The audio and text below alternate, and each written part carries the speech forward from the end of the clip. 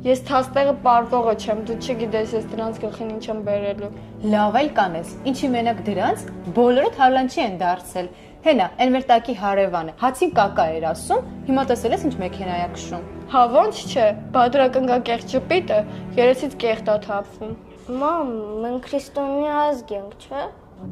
Բա ոնց տղայս առաջի քրիստոնյա ազգով մինչև հիմա գիտի ինչ բան է նամուսը։ Գիտես, ձեր զրույցը լսելով կասկածում եմ։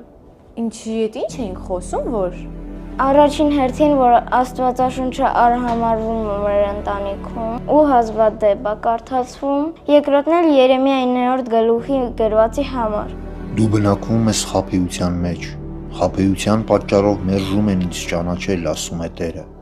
Ուստի զորությունների Տերն այսպես է ասում. ահա ես նրանց պիտի զտեմ և փորձարկեմ,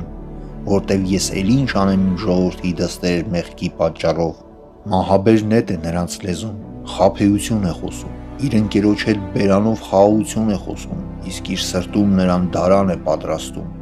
Սրա համար ես նրան չպատժեմ, ասում է Տերը, կամ նման մի ազգից անձս վրեժ չպիտի առնի։ Ցավոք սրտի մենք կարծում ենք, որ նման վարքագիծը նորմալ է եւ չենք էլ պատկերացնում, որ այն մեղք է, իսկ մեղքի վարձքը մահն է։ Ու երբ դժբախտությունն ու ցավը այցելում են մեզ, մենք մեղադրում ենք Աստծուն եւ մեր շրջապատին, բայց ոչ մեզ։